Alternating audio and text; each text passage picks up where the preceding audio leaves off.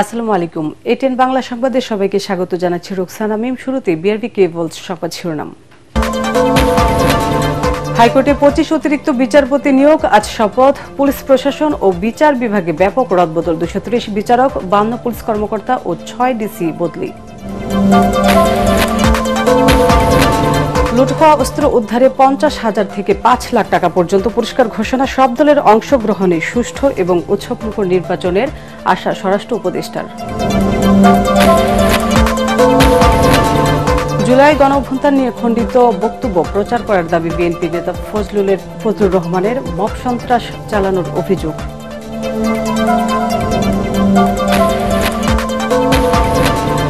এবং আজ থেকে ঢাকা বিশ্ববিদ্যালয় কেন্দ্রীয় ছাত্র সংসদ নির্বাচনের আনুষ্ঠানিক প্রচারণা শুরু। রাকসু নির্বাচনে চলছে মনোনয়নপত্র বিতরণ।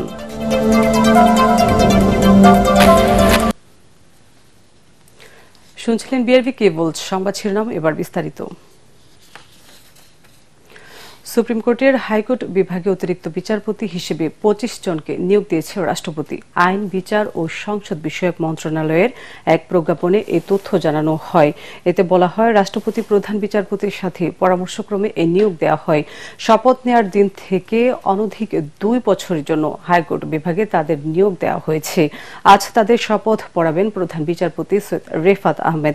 এদিকে জেলা আদালতের 230 বিচারককে বদলি করেছে সরকার। এর মধ্যে রয়েছেন 41 জন জেলা ও দায়রা জজ, 53 জন অতিরিক্ত জেলা ও দায়রা জজ, 40 জন যুগ্ম জেলা ও দায়রা জজ এবং 96 জন সিনিয়র সহকারী ও সহকারী জজ। বদলি হওয়া জেলা ও দায়রা জজদের আগামী 28 আগস্টের মধ্যে দায়িত্ব বুঝিয়ে দিয়ে নতুন কর্মস্থলে যোগ দেওয়ার নির্দেশ দেওয়া হয়েছে। এদিকে পটুয়াখালী, কুষ্টিয়া, কুড়িগ্রাম, মেহেরপুর, নেত্রকোনা ও খুলনায় নতুন জেলা প্রশাসক নিয়োগ দিয়েছে জনপ্রশাসন মন্ত্রণালয়।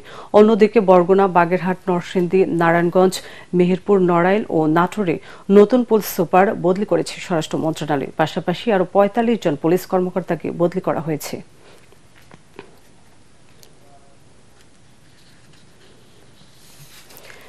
দেশের পরিস্থিতি এখন স্থিতিশীল এবং নির্বাচনের জন্য প্রস্তুত বলে জানিয়েছেন প্রধান উপদেষ্টা ডক্টর মোহাম্মদ ইউনূস। কক্সবাজারে রোহিঙ্গা বিষয়ক আন্তর্জাতিক সেমিনারে এই কথা জানান তিনি।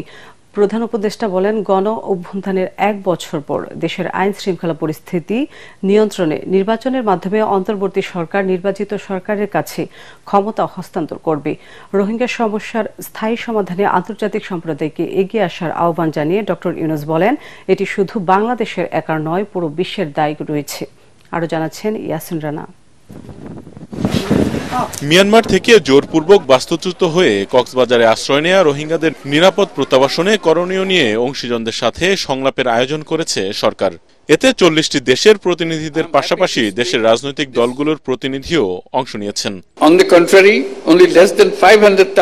দ্বিতীয় দিনে মূল বক্তব্যের শুরুতেই দেশের রাজনীতি ও আগামী নির্বাচন নিয়ে কথা বলেন প্রধান উপদেষ্টা। আবারও জানান, ফেব্রুয়ারিতেই জাতীয় নির্বাচন হবে। For another transition in our political history. We have announced the time for election, and the country has come to be stable enough and ready to have the election. So we announced the election in the first half of February 2026. Interim government will be replaced by an elected government. Doctor Yunus বলেন, রোহিঙ্গা সমস্যা শুধু বাংলাদেশের নয়, এটি আন্তর্জাতিক সংকট। এই সমস্যার পূর্ণাঙ্গ ও স্থায়ী সমাধানে সকলকে এগিয়ে আসতে হবে। It is not only the responsibility of Bangladesh, but also of the international community to share the burden of the Rohingya crisis, to reflect on the possible solutions and to play an active role in implementing them. এ সময় রোহিঙ্গা সমস্যা সমাধানে 7 দফা কর্মপরিকল্পনা তুলে ধরেন professor Yunus. Sustainable return to their homes in Rakhine as soon as possible. The time is for action right now. Undiminished contribution of donors and humanitarian partners is essential to ensure continuity of life-saving programs. We urge upon the Myanmar authorities as well as the Arakan army to ensure safety, security and livelihood of the Rohingyas, ensure justice and accountability, and put an end to the genocide and crimes against humanity. রোহিঙ্গারা বাংলাদেশের অর্থনৈতিক, প্রাকৃতিক সহ নানাভাবে ক্ষতিগ্রস্ত করছে জানিয়ে প্রধান উপদেষ্টা বলেন, মিয়ানমারকে অবশ্যই এর সমাধান করতে হবে। Rohingya crisis emanated from Myanmar. Yasin Rana, ATN Bangla. The solution also lies in man. গণঅভ্যুত্থানে পুলিশের লুট হওয়া অস্ত্র উদ্ধারে 50,000 টাকা থেকে 5 লাখ টাকা পর্যন্ত পুরস্কার ঘোষণা করেছে স্বরাষ্ট্র মন্ত্রণালয়। সচিবালয় ব্রিফিংয়ে স্বরাষ্ট্র উপদেষ্টা জাহাঙ্গীর আলম চৌধুরীর আশাবাদ জানান, রাজনৈতিক দলগুলোর মধ্যে এখন যে অসহিংসতা দেখা যাচ্ছে নির্বাচনের আগে তা থাকবে না। তিনি জানান, সব দলের অংশগ্রহণে একটি ভালো নির্বাচন করার উদ্যোগ নিচ্ছে সরকার। এদিকে রাস্তা বন্ধ করে চলাচলের অভিযোগে কারণ দর্শানোর নোটিশ দেওয়া হবে গাজীপুরের পুলিশ কমিশনারকে।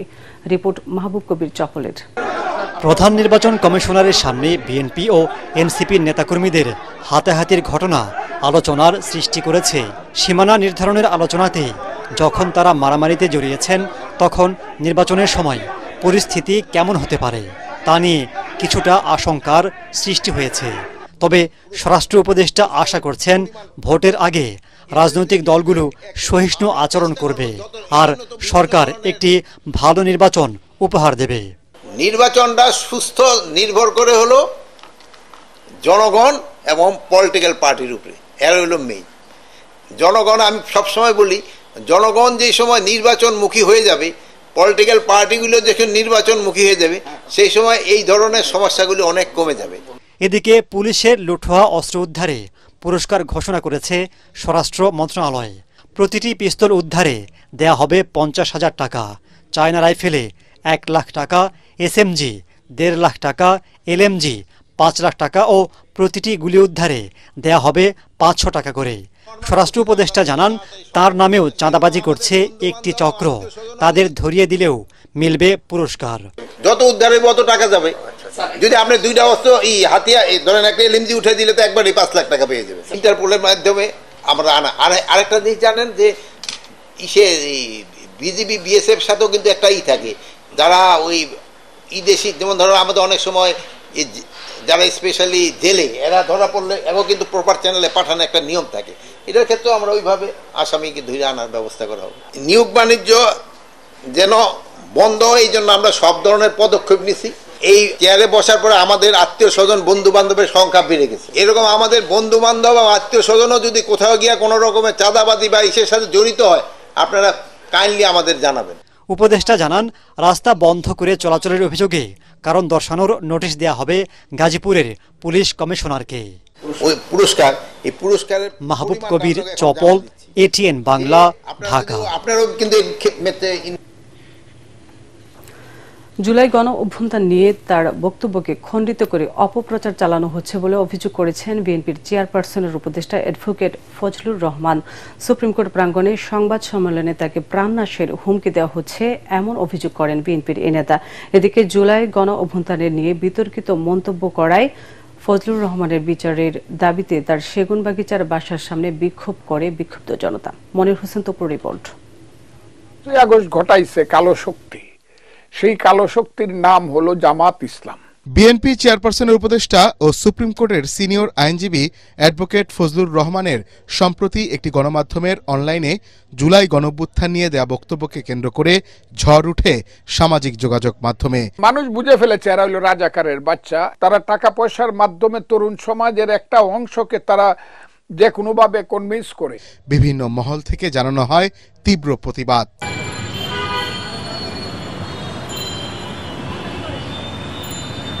বিতর্কিত এই বক্তব্যের প্রতিবাদে সোমবার দুপুরে রাজধানীর সেগুনবাগিচায় ফজলুর রহমানের বাসার সামনে বিক্ষোভ করে একদল ছাত্র জনতা। হাসিনার আমলে রাজাকারের নাতি বলার কারণে যে হাসিনাকে আমরা বাংলাদেশ থেকে উচ্ছেদ করে দিয়েছি, সেখানে এই ফজুকে সে ফ্যাসিস্টকে পুনর্বাসনের চেষ্টা করছে, তার কথার বহিঃপ্রকাশ। আমাদেরকে প্রশ্ন বসে রাজাকারের বাচ্চা বলে, আমাদের 24-এর শক্তিকে কালো শক্তি বলে, আমরা নাকি অভিনেতা। তো আমরা এখানে অভিনয় করতে আসছি, আমরা তাদেরকে অভিনয়টা কেমন করে করতে হয় এটা শিখাইতে আসছি। নিজের অবস্থান তুলে ধরতে সুপ্রিম কোর্টের সাংবাদিকদের সংগঠন ল রিপোর্টার্স ফোরাম কার্যালয়ে সংবাদ সম্মেলনে নিজের নিরাপত্তাহীনতার কথা জানান ফজলুর রহমান। তিনি দাবি করেন, ফ্রান্স থেকে জামায়াতপন্থী 2 জন ইউটিউবার তাকে হত্যার হুমকি দিয়েছে। আমি জামাত, শিবির, মুক্তিযুদ্ধ বিরোধী লোকজনের বিরুদ্ধে আমি কথা বলছি, আমি বলবো। এতে যদি কোনো ধরনের আমার কথার মধ্যে যদি কারো প্রতি অসম্মান করে থাকি, আঘাত করে থাকি, তারা মনে করে তাহলে তারা এটা পলিটিক্যালি এটা জবাব দিবে, আমি তাদের জবাব দিব। এটার জন্য তো পরস্পরকে হত্যা করার কোনো ব্যাপার নাই। জামাতের একজন ইউটিউবার সে আমাকে বলছে যে ফজলু পাগলাকে জবাই করেই হত্যা করতে হবে। বিএনপির পক্ষ থেকে দেয়া কারণ দর্শানো নোটিশের বিষয়ে ফজলুর রহমান বলেন, দলের দেয়া নোটিশের জবাব দেবেন তিনি। মালিক বলতে পারে ভাই আপনাকে বাসা ভাড়া দিলে আমার বাড়িঘর পুড়িয়ে ফেলবে, ভাঙে যেটা করতেছে মব। দুই হইল আমি আমার জীবন নিয়ে চিন্তিত যতটা, তার চেয়ে আমার স্ত্রী আজকে দেখেন আপনি বসে আছে, আমার সন্তানরা ওখানে থাকে। সেই ধরনের অপরাধ করতে কি যেটা হইলো বেইলেবল সেকশন না, আমাকে তারা জেলখানায় পাঠিয়ে দেয়। তারা আমার বিরুদ্ধে মামলা, আমি কি অপরাধ করছি তারা বলুক, তা তো সেটাও বলে না। গেল বছরের 5 আগস্ট শেখ হাসিনা সরকারের পতনের পর থেকেই গণমাধ্যমে নানা মন্তব্য করে আলোচিত সমালোচিত হন ছাত্রলীগের সাবেক সভাপতি, বর্তমানে বিএনপি চেয়ারপারসনের উপদেষ্টা অ্যাডভোকেট ফজলুর রহমান। মনির হোসেন তপু, এটিএন বাংলা, ঢাকা। বাংলাদেশে তৈরি জীবন রক্ষাকারী সব ওষুধের দাম ঠিক করবে সরকার। এ সংক্রান্ত সরকারের 1993 সালের বিজ্ঞপ্তি বেআইনি ও অবৈধ ঘোষণা করে বিচারপতি রেজাউল হাসান ও বিচারপতি বিশ্বজিৎ দেবনাথের দ্বৈত বেঞ্চ এ রায় দেয়। আগে 739 ধরনের জীবন রক্ষাকারী ওষুধের দাম নির্ধারণ করত সরকার, কিন্তু 1993 সালে সরকার একটি বিজ্ঞপ্তি প্রকাশ করে যেখানে 177 ধরনের ওষুধের দাম নির্ধারণের ক্ষমতা দেওয়া হয় সরকারকে। 2018 সালে ওই বিজ্ঞপ্তি চ্যালেঞ্জ করে রিট করে মানবাধিকার সংস্থা human rights and peace for Bangladesh. রিটকারী আইনজীবী জানান, বেসরকারি ওষুধ প্রস্তুতকারক মালিক সমিতির হাতে জীবন রক্ষাকারী ওষুধের দাম নির্ধারণের ক্ষমতা থাকায় সাধারণ মানুষকে বেশি দামে কিনতে হয়। গত 17 আগস্ট নতুন করে জীবন রক্ষাকারী ওষুধের তালিকা করার জন্য একটি টাস্ক ফোর্স গঠন করে অন্তর্বর্তী সরকার। ওই তালিকায় যেসব ওষুধের নাম থাকবে সেগুলোর দাম সরকারকেই নির্ধারণ করার নির্দেশ রায় দিল হাইকোর্ট। আজকে রুল অ্যাবসলিউট করে আদালত যে নির্দেশনা দিয়েছেন, প্রথমত হলো ওই সার্কুলারটাকে বেআইনি ঘোষণা করেছেন এবং সাবসিডিয়েন্টলি বলেছেন বর্তমানে সরকার যে জীবন রক্ষাকারী ওষুধের তালিকা করছে, সেই তালিকা হওয়ার পরে ওই জীবন রক্ষাকারী ওষুধের মূল্য নির্ধারণটা সরকার করবে, এইভাবে আদালত নির্দেশনা দিয়েছেন। জুলাই গণ অভ্যুত্থানে পুলিশের গুলিতে চোখে আঘাতপ্রাপ্ত শত শত আন্দোলনকারীর তথ্য গোপন করে চিকিৎসা দিতে হয়েছে। সাবেক প্রধানমন্ত্রী শেখ হাসিনা সহ 3 জনের বিরুদ্ধে এমন সাক্ষ্য দেন জাতীয় চক্ষু বিজ্ঞান ইনস্টিটিউটের এক চিকিৎসক। আর শহীদ মারুফ হোসেনের বাবা জানান, তার গুলিবিদ্ধ ছেলেকে ঢাকা মেডিকেল কলেজ হাসপাতালে নেওয়ার পথে বাধা দেয় পুলিশ। এমনকি রাইফেলের বাট দিয়ে তার ছেলের গুলিবিদ্ধ স্থানে খোঁচানো হয়। চোখ হারা যে আহত ব্যক্তিরা ছিল, যারা অধিকাংশই পিলেট এবং বুলেট বিদ্ধ ছিল, তাদের যে চেহারার বিভৎসতা তার বর্ণনা দিয়েছে। সেইখানে দেখা গেছে 43 জনের সম্ভবত 2 চোখ নষ্ট হয়ে গেছে। অনেকে 2 চোখে খুব সামান্য দেখেন এবং অনেকেরই দৃষ্টিশক্তি হ্রাস পেয়েছে। 17 জুলাই থেকে 5 আগস্ট পর্যন্ত যে প্রেজেন্টেশনটা দিয়েছেন তাতে দেখা যায় 1000-এরও বেশি গুলিবিদ্ধ ব্যক্তি চক্ষু চিকিৎসার জন্য তাদের কাছে উপস্থিত হয়েছে। চিকিৎসায় বাধাগ্রস্ত শুধু করা হয়নি, থামিয়ে রাইফেলের বাট দিয়ে খুঁচিয়ে ক্ষত স্থানটাতে আঘাত করা হয়, দেখা হয় যে সত্যি ক্ষত হয়েছে কিনা, এবং ওইখানে দেরি না হলে তার অনুমান যে ছেলেটা হয়তো বাঁচত। ডাকসু নির্বাচনকে কেন্দ্র করে বিভিন্ন হল ও ডিপার্টমেন্টে গিয়ে শিক্ষার্থীদের সঙ্গে কুশল বিনিময়ে ব্যস্ত সময় পার করছেন বিভিন্ন ছাত্র সংগঠন ও স্বতন্ত্র প্রার্থীরা। এদিকে একে অপরের বিরুদ্ধে অভিযোগ পাল্টা অভিযোগে সরগরম ক্যাম্পাস। এই পরিস্থিতিতে বেলা 11টায় ভিপিজিএস ও এজিএস প্রার্থীদের নিয়ে বৈঠক করবে নির্বাচন কমিশন। এদিকে চূড়ান্ত প্রার্থী তালিকা প্রকাশের পর আজ শুরু হচ্ছে আনুষ্ঠানিক প্রচারণা। আরও জানাচ্ছেন মুশফিকুর রহমান। ঢাকা বিশ্ববিদ্যালয়ের কেন্দ্রীয় ছাত্র সংসদ ডাকসু নির্বাচনের ভোট গ্রহণের দিন যতই ঘনিয়ে আসছে, ক্যাম্পাস জুড়ে চলছে নানা আলোচনা, সামনে আসছে মেরুকরণ। এর মধ্যেই সোমবার সিনেট ভবনে চলে শেষ দিনের প্রার্থিতা প্রত্যাহারের আবেদন। আনুষ্ঠানিক প্রচারণা শুরু না হলেও প্রার্থীরা একে অপরের বিরুদ্ধে নানা অভিযোগ তুলে প্রতিপক্ষকে ঘায়েল আর শিক্ষার্থীদের সমর্থন আদায়ের চেষ্টা করছেন। মধুর ক্যান্টিনে সংবাদ সম্মেলনে ডাকসু ফর চেঞ্জ প্যানেলের ভিপি পদপ্রার্থী বিনিয়ামিন মোল্লা অভিযোগ করেন, নির্বাচন কমিশনের উপর কিছু দল বা প্যানেল প্রভাব বিস্তার করছে। রিডিং রুমের ভিতরে যে প্রচারণা চালানো হয়েছে, অনেকেই অভিযোগ দিয়েছেন, তারপরেও কিন্তু কোনো ধরনের কোনো ব্যবস্থা গ্রহণ করা হয় নাই ছাত্র দলের ভিপি প্রার্থী। তো তাহলে ওই জায়গায় গিয়ে তা হাতটা আটকে যাচ্ছে, বিচার হচ্ছে না। ওই জায়গায় গিয়ে তো আইন কোনো প্রয়োগ হচ্ছে না, তাহলে আমাদের উপরে কেন বারবার আইন প্রয়োগ করা হবে? নির্বাচনকে সামনে রেখে কার্জন হলে শিক্ষার্থীদের সঙ্গে কুশল বিনিময় করে শিবির সমর্থিত ঐক্যবদ্ধ শিক্ষার্থী জোট। এ সময় জুলাই আন্দোলনের মতো ডাকসু নির্বাচনেও সবাইকে এক কাতারে আসার আহ্বান জানান ভিপি ও জিএস প্রার্থী। ঢাকা বিশ্ববিদ্যালয়ের রাজনৈতিক অর্জন যেভাবে আছে, একাডেমিক অর্জন অথবা একাডেমিয়ায় সেভাবে আমরা ফোকাস দিতে পারিনি। আমরা ইনশাল্লাহ আমাদের এই ইউনিভার্সিটিকে একটা একাডেমিক ইউনিভার্সিটি বানাবো ইনশাল্লাহ। এই যে অতিরিক্ত ফি নেওয়া এবং এটা একটা বাণিজ্যকরণে পরিণত করা বিশ্ববিদ্যালয়ের এক্সামগুলোকে, এটার ব্যাপারে আমরা সিরিয়াসলি ব্যবস্থা নিব ইনশাল্লাহ। বিকেলে মধুর ক্যান্টিনে সংবাদ সম্মেলন করে ছাত্রদল সমর্থিত প্যানেল। ভিপি প্রার্থী আবিদুল ইসলাম খান অভিযোগ করেন, ডাকসু নির্বাচনে বিশৃঙ্খলা তৈরি করতে বিভিন্ন হলে গুপ্ত সংগঠন অপতৎপরতা চালাচ্ছে। আমরা যেভাবে প্রচারণা করতে যাই না কেন, সেটাকে নিয়ে আমরা আশঙ্কা করছি বিভিন্ন গুপ্ত সংগঠনের সদস্যবৃন্দ আমাদেরকে নিয়ে মব করার সম্ভাবনা আছে। এজন্য নির্বাচন কমিশনকে বলছি, অতি দ্রুত কোন কোন প্রক্রিয়ার মধ্য দিয়ে হলগুলিতে আমরা নির্বাচনী প্রচারণা কার্যক্রম চালাবো সেটা আপনারা প্রকাশ করেন। এদিকে প্রার্থীদের নানা অভিযোগ প্রসঙ্গে রিটার্নিং কর্মকর্তা বলেন, সুষ্ঠু নির্বাচন আয়োজন শুধু কমিশনের একার পক্ষে সম্ভব না, সবাইকে সহায়তা করার আহ্বান জানান তিনি। আমরা দেখছি এই পর্যন্ত মেজর কোনো ভায়োলেশন হয়নি। বাই দিস টাইম আমরা রঙিন বিলবোর্ডগুলো সরানোর ব্যবস্থা করেছি, আজকেও বিলবোর্ড সরাচ্ছে।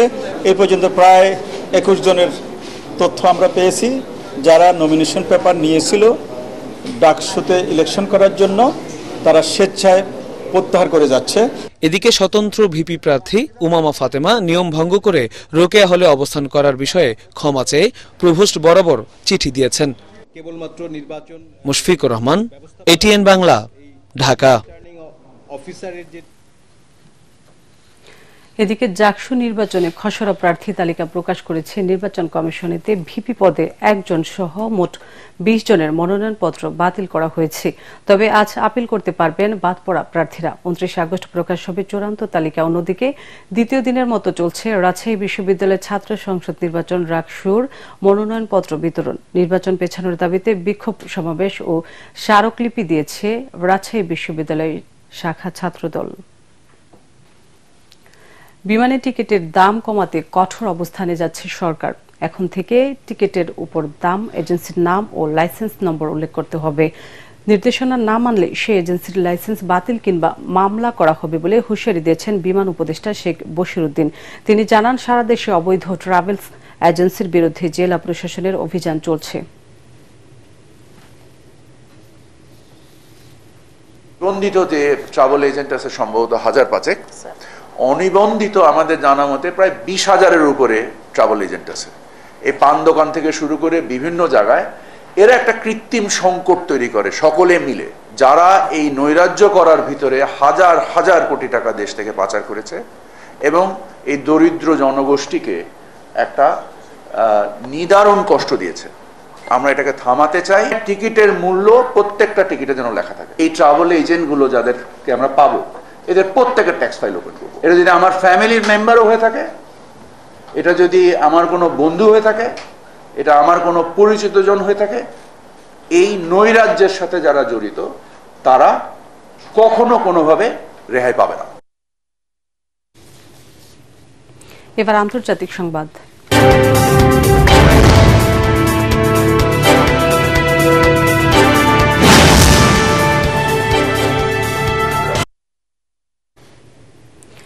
তিব্বত সীমান্তে চীন ও ভারতের পাল্টাপাল্টি বাঁধ নির্মাণ প্রতিযোগিতা দুদেশের সম্পর্কের চরম অবনতি ঘটাবে বলে মনে করছেন বিশেষজ্ঞরা। এতে পানি যুদ্ধের আশঙ্কা তৈরি হচ্ছে বলেও এক বিশেষ প্রতিবেদনে জানিয়েছে বার্তা সংস্থা রয়টার্স। ভারতের দাবি, চীনের চলমান মেগা বাঁধ প্রকল্প হলে ভারতে প্রবাহিত নদীর বার্ষিক পানির 1/3 বেশি চীনের নিয়ন্ত্রণে চলে যাবে। এতে শুল্ক মৌসুমে পানি প্রবাহ 85% পর্যন্ত কমে যাবে। এর ফলে গুয়াহাটির মতো গুরুত্বপূর্ণ শহরগুলো পানি সংকটে পড়বে। তাই সম্ভাব্য ক্ষতি মোকাবেলায় দ্রুত নিজস্ব বাঁধ নির্মাণের পরিকল্পনা হাতে নিয়েছে দিল্লি। এবার খেলার খবর।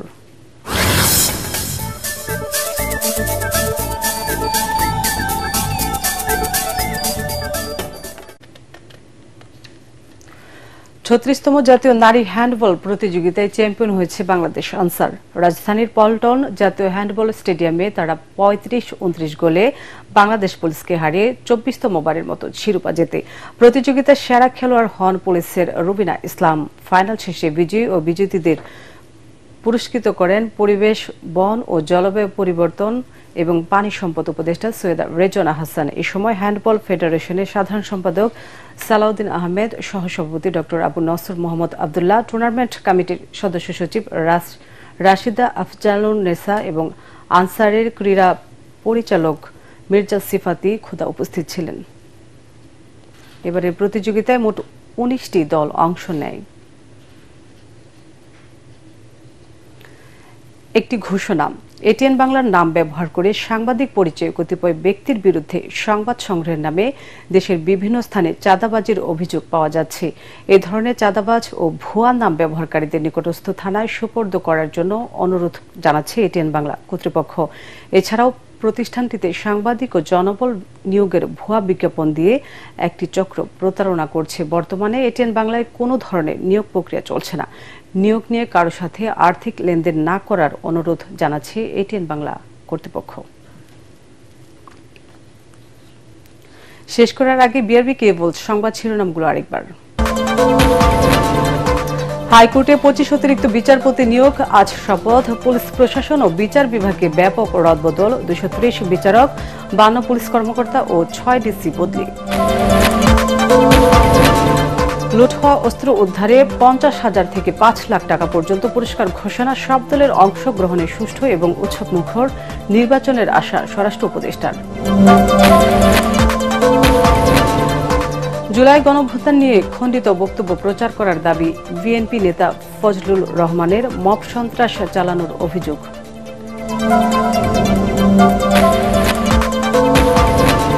এবং আজ থেকে ঢাকা বিশ্ববিদ্যালয় কেন্দ্রীয় ছাত্র সংসদ নির্বাচনের আনুষ্ঠানিক প্রচারণা শুরু। রাকসু নির্বাচনে চলছে মনোনয়নপত্র বিতরণ।